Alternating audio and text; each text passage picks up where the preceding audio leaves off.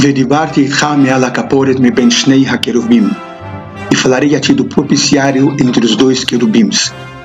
Shemot, Êxodo 25. Utensílios do templo em Jerusalém. A Arca da Aliança está em destaque, mas não é o único item que tem poderes. A Arca é parte de todo um complexo espiritual, o Mishkan. Não se trata de o que está lá dentro, mas de quem opera este mecanismo. Os querubins, ou Kruvim, não são estatuinhas de culto, mas seres em si que se movem e se expressam. Tem que ser muito sem noção para achar que basta pegar a Arca da Aliança e sair por aí conquistando mundos e fundos que ela vai colaborar. Gavra vechaftza. O Talmud discute, é o homem ou o objeto? Mas o que tinha nessa arca afinal? Aron Abrit, a Arca da Aliança. Bela sacada do Steven Spielberg, né? Achar que a pessoa vai pegar o objeto mais sagrado do povo judeu, sim, o objeto mais sagrado, porque a arca em si já é sagrada, e dentro dela ainda colocaram as tábuas da lei, Luchot Abrit, o cajado de Arão, né, que fez os milagres, ou que intermediou os milagres, e um potinho de maná, que tem a ver com o nosso ganha-pão, nosso ganha-man.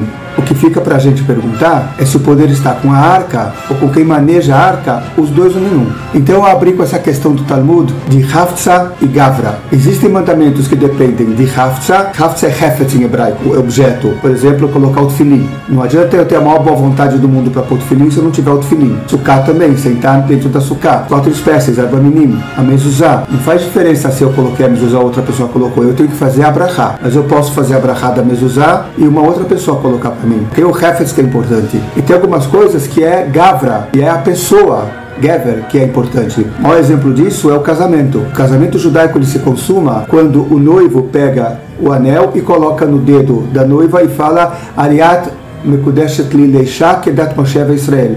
Você está consagrada para mim como esposa, segundo a lei de Moisés e do povo judeu. Então aqui não adianta outra pessoa pegar o anel e colocar, ela pôr o anel nela mesma, ele tem que fazer isso. Então aqui resta a pergunta, a arca tem poderes? E se ela tem poderes, qualquer pessoa pode manejar? A gente vai ver que não é assim. Então nós temos aqui 3 exemplos de Haftza, Hefetz, objeto, e Gavra, Gever, a pessoa, que ilustram esse assunto da arca sagrada. Aron Abrit. Na verdade, a Arca da Aliança. O primeiro, indo de trás para frente, é dos filisteus, da faixa de Gaza. Palestino vem de filisteu, mas não é o mesmo povo. Eles roubaram a arca da gente, achando que iam colocar a arca na frente, do mesmo jeito que os nazistas e Marshemam, e que iam ter vitórias. E foi uma derrota depois da outra. É que eles devolveram a arca. Um outro caso é um caso nosso, onde Yehoshua, Josué, ele põe a arca na frente, quem levava a arca eram os levitas, e ele perdeu a guerra para a cidade de Ai. Então você vê que aqui a arca não ajudou. Nos 2 casos teve a ver com Gavra. Os filisteus eram idólatras, eram pessoas que tinham modos ruins, e a arca obviamente se volta contra essas pessoas. O caso de Josué era um tzadik, eram pessoas ligadas com Deus, mas teve algum problema lá que impossibilitou a ajuda divina através da arca. A arca é apenas um utensílio. A arca é apenas um meio. E aí nós temos o lado onde tudo funcionou, que foi na travessia do Rio Jordão, onde os levitas atravessaram levando a arca e o rio se abriu, os judeus passaram numa boa e chegaram do outro lado. Então aqui você tem os dois, Haftza e Gavra. Você tem o Hefetz, o objeto, que é a arca, que ela tem essa determinação de ajudar, de abrir os caminhos, e a outra é Gavra, que são as pessoas sagradas que levaram que elas tinham a possibilidade de se conectar com Deus junto com a arca, tudo junto. Deus, a arca e o homem, tudo em uníssono. E é assim que deve ser sempre nas nossas vidas. Não adianta imaginar que você colocou um papelzinho de Kabbalah, umas letrinhas em hebraico e escritas em algum lugar, aquilo lá vai te ajudar, porque não vai ajudar. O que vai ajudar é você se ajudar, é você merecer a ajuda.